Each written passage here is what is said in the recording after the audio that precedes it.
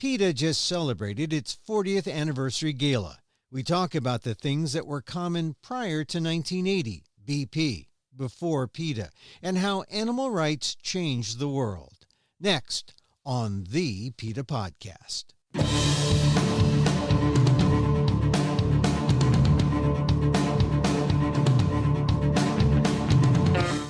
Welcome to the PETA Podcast. I'm Emil, Guillermo, your host for this behind-the-scenes look at PETA, the largest animal rights organization in the world. On today's episode, it was a joyful gala celebrating PETA's 40th. The pandemic forced us online, but there were plenty of stars with celebrities like Casey Affleck, Iggy Pop, Jackie Chan, George Lopez, Sir Paul McCartney, Edie Falco, and even Kansas City Chiefs star quarterback Patrick Mahomes. And that's just a few of them. Some received awards like Lily Tomlin. This is a very meaningful award for me to receive. When it comes to helping animals, PETA is one-stop shopping. And some told piercing jokes like Bill Maher. New rule, listen to PETA. According to polls, a majority of people now agree with what PETA's been saying since 1980. Experiments on animals are not only cruel, they don't work. 95% of new medications that work when tested on animals fail in humans. 95%. A drug tested on a mouse has about as much chance of making it to the market as Joe Exotic has of seeing his mullet come back in fashion. After the razzle-dazzle, I talked with PETA Senior VP Kathy Guillermo, a 31-year PETA veteran, about all the changes we've seen since PETA took up the fight in 1980. Our conversation on the PETA Podcast. So let's talk about that. First of all, the gala, 40 years. I mean, that's quite a celebration. A lot has happened since PETA was founded in 1980. You think back when the first, say, 10-year gala, you thought, wow, that's an accomplishment. And then there was a 15 and a 20th. And I think there was was there a 25th or a 30th? There was, yes. And at every juncture, you thought, wow, look at what PETA's done. But was there something special, or did you feel something special about the 40th? It was in an odd year since we couldn't be in person. So that was the first thing. It was a virtual gala for the people who attended, and for the people who didn't, just to know that we weren't taking any health risks. So it was quite a different gala. But I think also we've reached a certain level of animal rights awareness in this country that we hadn't in the years before, although we've certainly seen steady progress. Yeah, I mean, 40 years is such a significant milestone, but if you go back to 1980, you have to really look at the number, 2020 now, 1980 back then. I mean, forget about the fact that 2020 is in and of itself an historical year, with the virus, and we can't get together. But just looking back 40 years, what was 1980 like? Oh, forget 1980. What was 1979 like before PETA? I'm so glad you wanted to do this podcast, because for anybody who was born in the last 40 years, who may not have been aware what the 1970s and before that were like, I think it's so important. And for people as old as I am, who were born back then, they just may not have been aware of all that's changed in that time. We have seen an evolution, a revolution, really, in the way that people in this country and around the world see animals, how they understand our relationship to animals, how we talk about them, how we use them, the way they're used or not used for entertainment, for food, what happens inside a laboratory and what we can do about it has changed. Everything has changed in the way that we deal with animals. And some people who have been born, say, 20 years ago or 25 years ago, may accept as normal what we see now. But I can assure you, having been born in the dark ages, that at one time, the concept of animal rights was almost entirely unknown in the United States. And that's within my lifetime. Well, name one thing that's really just stands out in your mind as, this happened in the 70s. It does not happen now in 2020. Ringling Brothers Circus. That's Oh. one very key thing. The way that we look at what animals can be used for. Is it ever right to use them to entertain ourselves in that way? Whoever would have thought that something like Ringling Brothers Barnum and Bailey Circus would go out of business? That's something that's been around for so long and was expected to be around well after our lifetimes. And PETA's role in that, I mean, it was not insignificant, right? It was huge. I mean, this is one of the things that makes me so proud of the work that we do, is that we just don't ever give up. And we know for these animals in the circus, especially for the elephants, who were there for such long periods of time, relatively small number of animals compared to, for example, animals consumed for food, and yet their suffering goes on or went on decade after decade. So it was so important to fight on their behalf. And the protests, the PETA employees who followed that circus from town to town and worked with local activists to protest at every single venue where they appeared, the lawsuits that we had to bring, the complaints to the US Department of Agriculture, the public education. It was a multifaceted strategic campaign, as I think most of our campaigns are. And it took a very long time, but the outcome was so good. That's funny because, you know, they had the gala, you know, on Saturday. I don't think, and you know, just the thought that the circus, there's no circus now. And, you know, 40 years ago, there was a circus and now there is no circus. That's funny that that's the thing that pops out in your mind. Any other things that, you know, you think that, you know, 40 years ago, they couldn't conceive that something could not happen, and now it doesn't happen at all. How about the fact that PETA has a staff now of 25 scientists, and our scientists work with government agencies to replace animals in testing? When I think back to 1981 or 1989, when I started at PETA, we had to chain ourselves to the doors of government agencies and companies that were harming animals in unnecessary tests.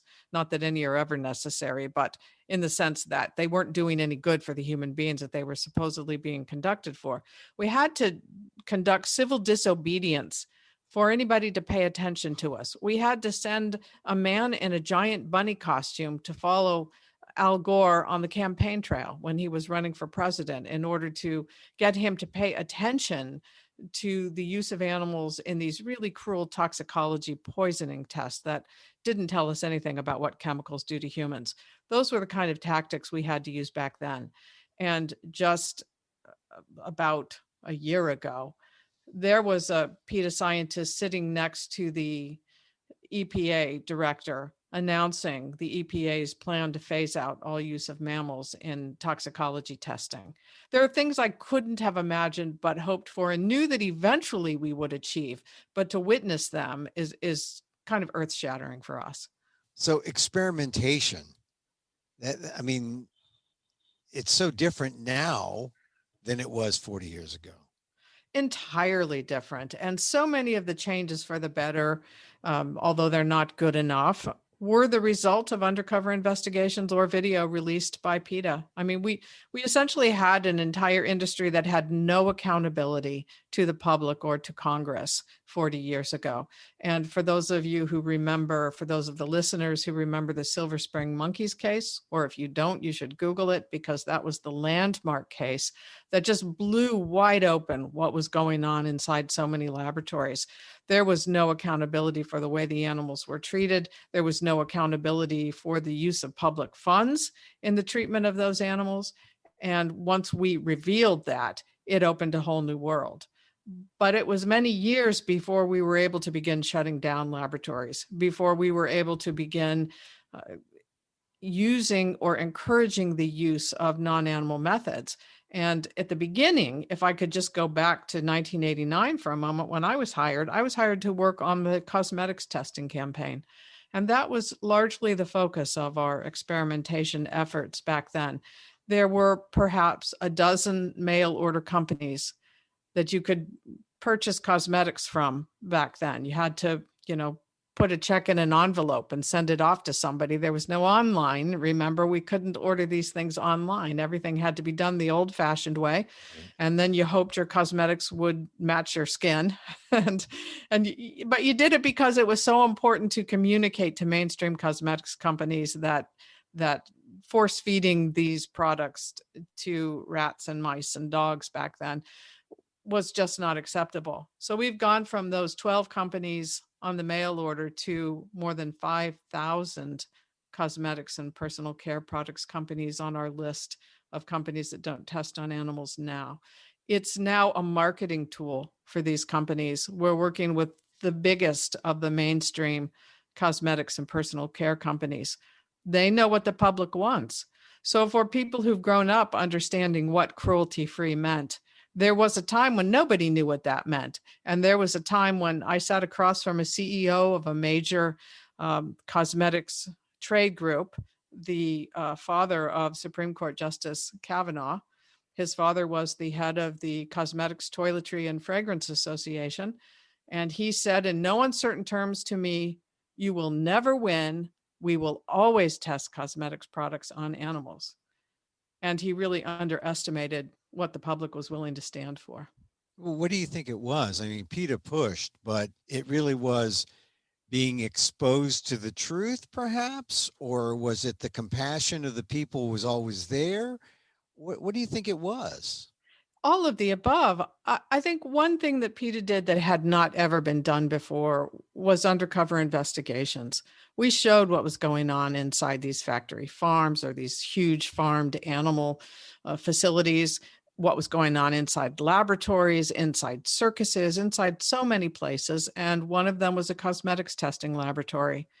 And when people saw what was happening with the products that they put on their faces and brushed their teeth with and shampooed their hair with, they were horrified. And so it was undercover investigations, public education, many, many, many protests. We pioneered the use of stocks in cosmetics companies to bring our issues before shareholders.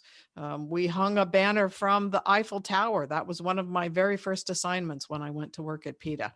We did anything we could to keep this information before the public. And remember, there was no Facebook. There were only newspapers and television stations, and there weren't very many of those. And we were so reliant upon the media to get our message out. Our newsletter back then was literally a newsletter. It was a paper, brochure that we sent to people once a month or once every other month. And that was how we communicated with our supporters. So 40 years now, we're talking about experimentation. You talk about cosmetics. You talked also about scientists on PETA staff.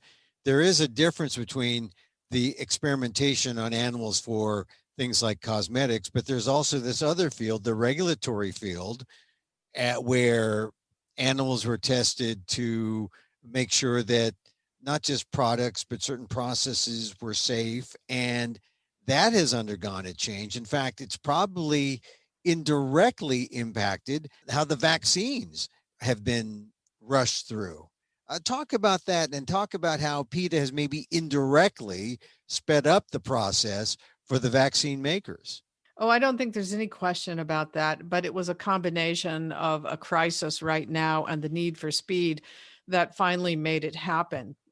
But to go back to Mr. Kavanaugh for a moment and his insistence that things would never change, well, they did change because companies realized they couldn't sustain their current practices of poisoning animals to death and stay in business.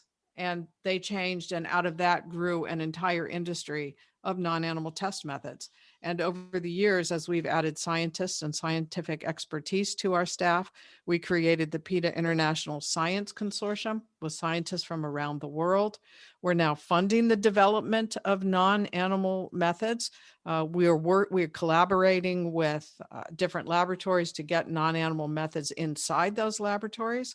And this has had an impact on our work with the FDA and trying to persuade the FDA that, in fact, they never really needed animals in the first place because it didn't work very well.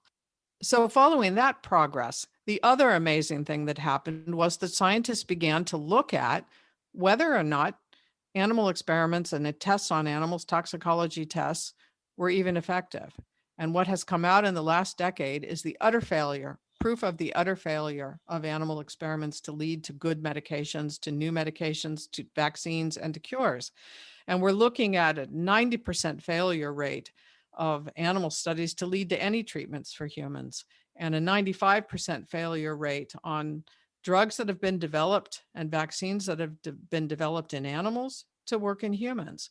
So if you develop a vaccine in a monkey, the chance that it's going to work in a human being is actually very slight. So here comes COVID, a tragedy by any measure, and the need for a vaccine to be developed quickly and to be tested quickly. And both Pfizer, BioNTech, and Moderna, who have developed the two vaccines that are now being used and about to be approved in the Moderna case, both of them said right up front, COVID acts differently in animals than it does in humans. And so we didn't need to do the tests on animals. And the need for the vaccine to be developed quickly meant that the years and years of trials involving animals were bypassed. And it's opened a new door. And if we pay attention to this and move forward accordingly, we will probably see vaccines be developed and tested in humans much more quickly. So now I didn't want to say PETA directly has a hand in that. That's why I said indirectly. But if PETA weren't pushing for that, where would we be? We'd still be probably testing on animals needlessly and fruitlessly. We'd be right where we are with vaccines for HIV and malaria and Zika and tuberculosis. There aren't any. There have been lots that have been developed, but do they work in humans? No. And some of them have even been dangerous. So it ended up that it isn't just good ethics, which is what PETA had always argued from the start, but it's good science too. And we're at a state where that has all come together. And so that's that's one aspect of something today that wasn't around 40 years ago, or that a sense of that progress. Overall, would you say in the experimentation world, I mean, you wrote the book about the Silver Spring monkey case, monkey business. Does it still upset you that there are still primate centers in the United States? Because, you know, I don't know what they did after the Silver Spring. Were there improvements, and how were there enough improvements so they can continue these primate centers?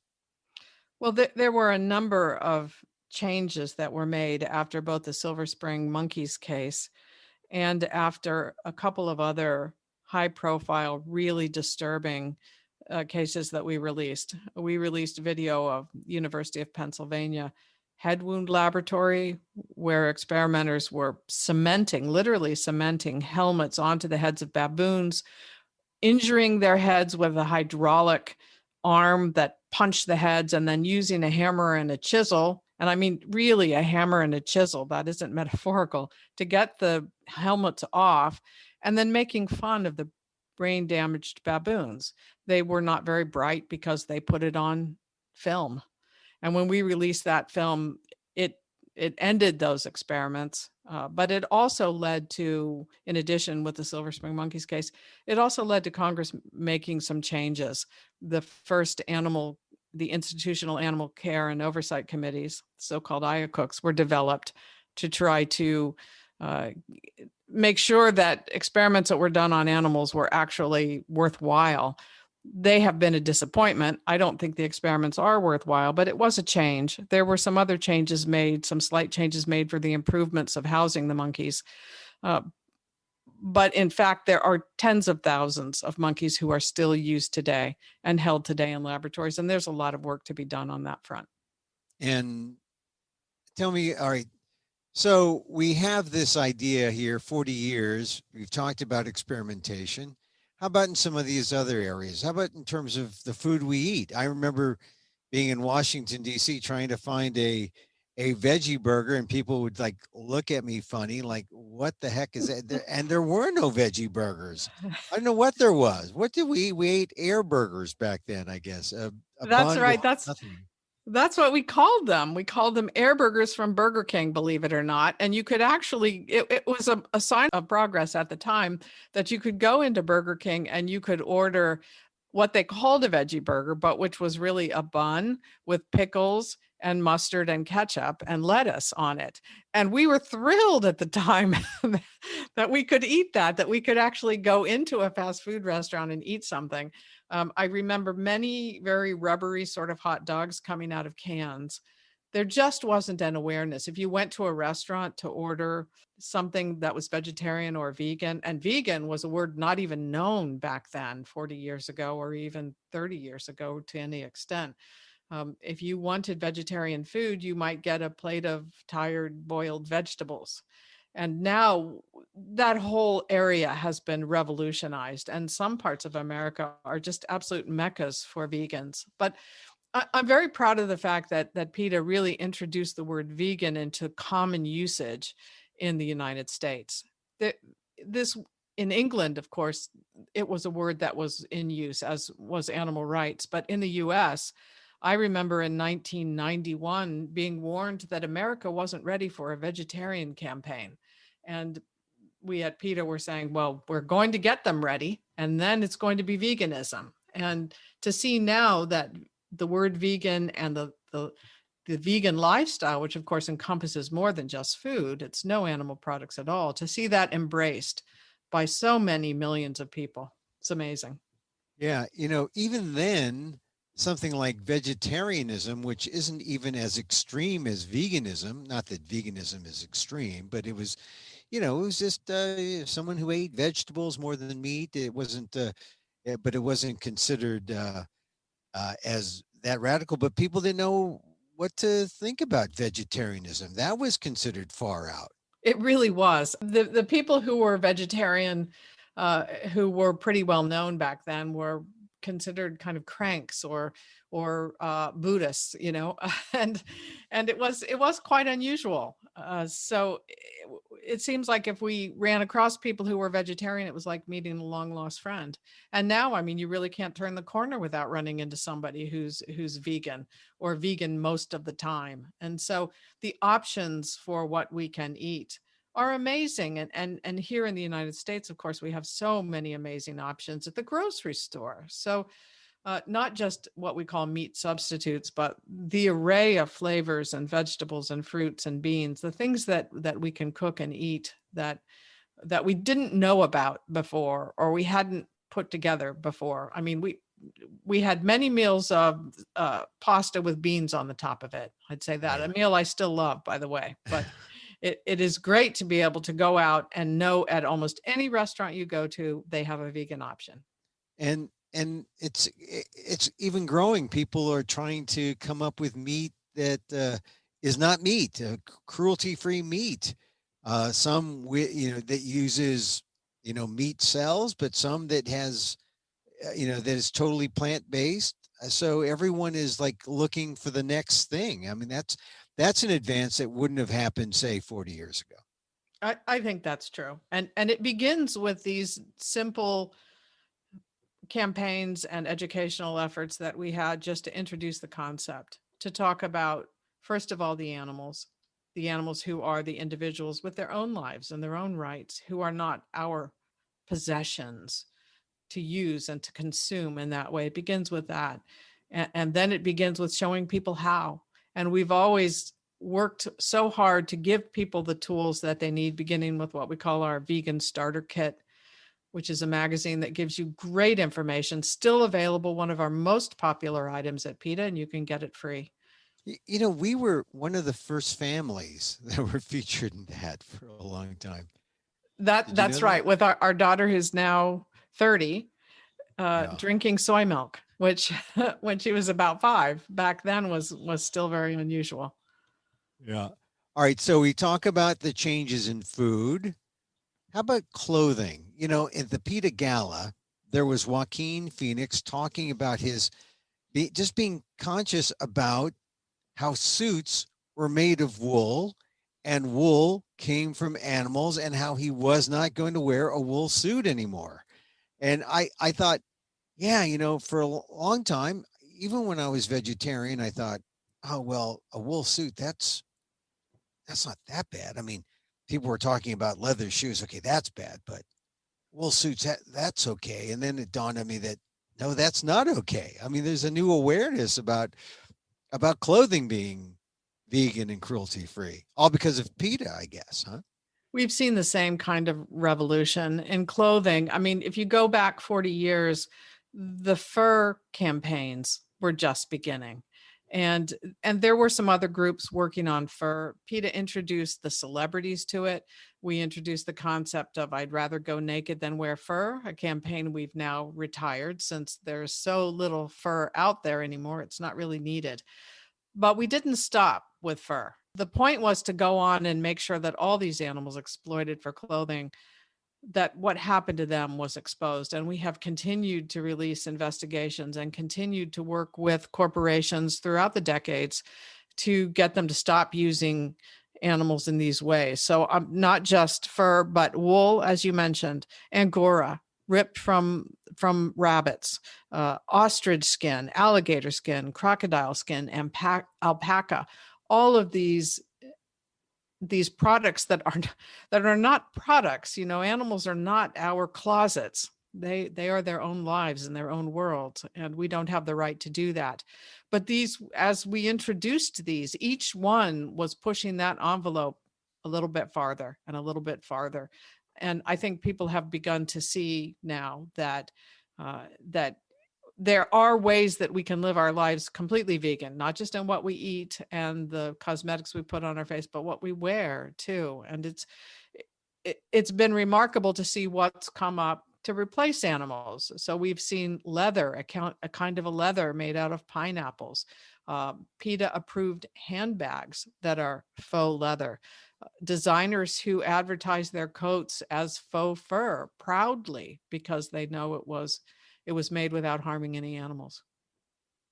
And so clothing, I guess people were dressed up. Well, we couldn't see how people were dressed up necessarily at the 40th, but they were dressed. If we were alive, we would have seen people dressed up a lot differently than, say, at the first gala or 1979 or 1980.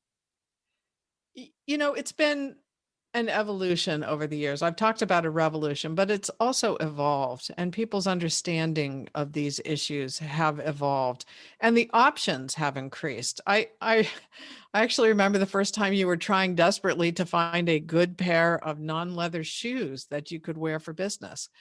And I had the same issue. And you can't wear your canvas sneakers to a business meeting. Now there is no shortage of beautiful shoes, beautiful jackets. You can get motorcycle jacket. You can get non-leather S&M gear if you're into that. There is something for everybody out there, and it's just not necessary anymore. Well, it never was. I have to be careful of that word. It's just, there's no excuse anymore for using products that come from animals. In the area of entertainment, we talked at the beginning about how Ringling Brothers is one of those things missing in action, or no, not missing in action, it's dead, not around. It was around in 1979 before PETA, BP, before PETA, but now 40 years later, not there.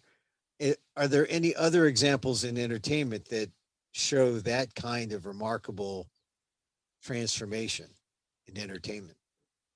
The international opposition to bullfighting and to captive dolphins and orcas, that's been staggering to see, and that especially in the last decade, and even just the last few years for SeaWorld. To see what happened to SeaWorld, to their attendance, to their profits, after people became aware of what was going on with these individual orcas. This is, I think, an area where in some ways we've made just so much tremendous progress. And as always happens, you know, you fight, you protest, you strategize, you educate, you do investigations, and then something happens that tips you over that edge, and people suddenly realize, oh, wait, you know. And for SeaWorld, it was the documentary Blackfish. For horse racing, it was the deaths in California last year. So you keep laying the path down, you lay the bricks down along that path toward the end, and then something tips you over the edge. But I believe now that we're at a place where it's simply not acceptable to see animals as our playthings. I mean, if you look at the international opposition to bullfighting, for example, and the places around the world that have banned it, the opposition among the population in Spain, which is practically synonymous with bullfighting, it shows such an evolution in thinking. And so as we wrap up, as you look back 40 years, sum it up for us. I mean, a lot of things that many people, society, the world took for granted before PETA really kicked in 1980, the things that happened in the 70s, you just don't see now. And I think that it's pretty amazing, because you can point to PETA and say, if it weren't for PETA, we would be doing a lot of those things that were there in the 70s would still be around. PETA and its supporters. I think that's really true. And I say that humbly, because I don't think any of our work would have been possible without our amazing supporters, the tens of thousands of activists who've gone out to the protests in the pouring rain, and who made sure that somebody was there to say, no, this isn't okay. To the reporters who covered our work, who made it possible for us to be on the front pages and in the headlines, to the celebrities, who took a risk. One of the videos that was shown at the gala celebration, the virtual gala celebration a few days ago, was Katie Lang, who was one of the first people to come out and say, hey, it's not okay to eat cattle, even though she came from cattle country in Canada. And she was banned at various country music stations after that. So all of the people who played a part in this, I think, really it's them.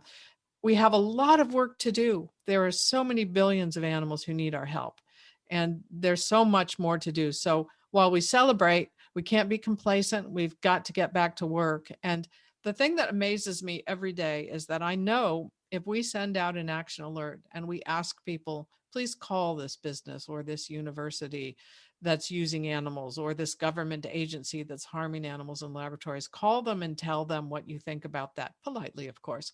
I know that facility, that business, that university is going to get hundreds of calls in that day. It's going to get tens of thousands of emails, and this really changes the world. So we celebrate and we say we've made huge progress, but there's a lot of work to be done. We've got to stay focused. We've got to know that animals need our help. There's still a lot to end and a lot to begin. Yeah. And so as we close, what were you feeling when you were watching? We were watching the 40th gala together on the live stream. What were you thinking? I mean, you've only been with PETA's been around 40 years. You've been with it 31. So a good deal of PETA's time. What sort of feelings did you have about the organization and the work you've done? I love our gala celebrations. We don't have them very often. And when we do, it's one night where we put aside the enormous task of trying to get animals out of horrendous situations. It's one night where we put that aside and we just celebrate what we've been able to accomplish. So I think for that one night it's allowed. And I was extremely happy and loved seeing it. I hadn't seen it before the rest of our supporters did. So it was kind of thrilling to see the tremendous changes that have been made and the support that we have among celebrities. And I thought it was an amazing event. And then it was back to work. There's a lot to do.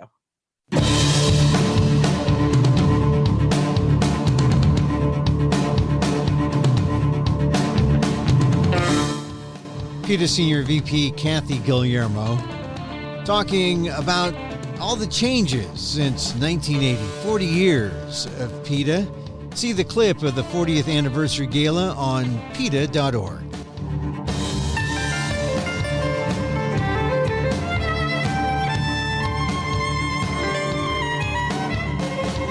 And that's our show this time out. Hey, you can contact us at PETA.org. You can find me on Twitter at Emilamok, that's EMILAMOK, or on AMOK.com. Or see my work at the Asian American Legal Defense and Education Fund. That's at ALDEF, AALDEF.org/blog.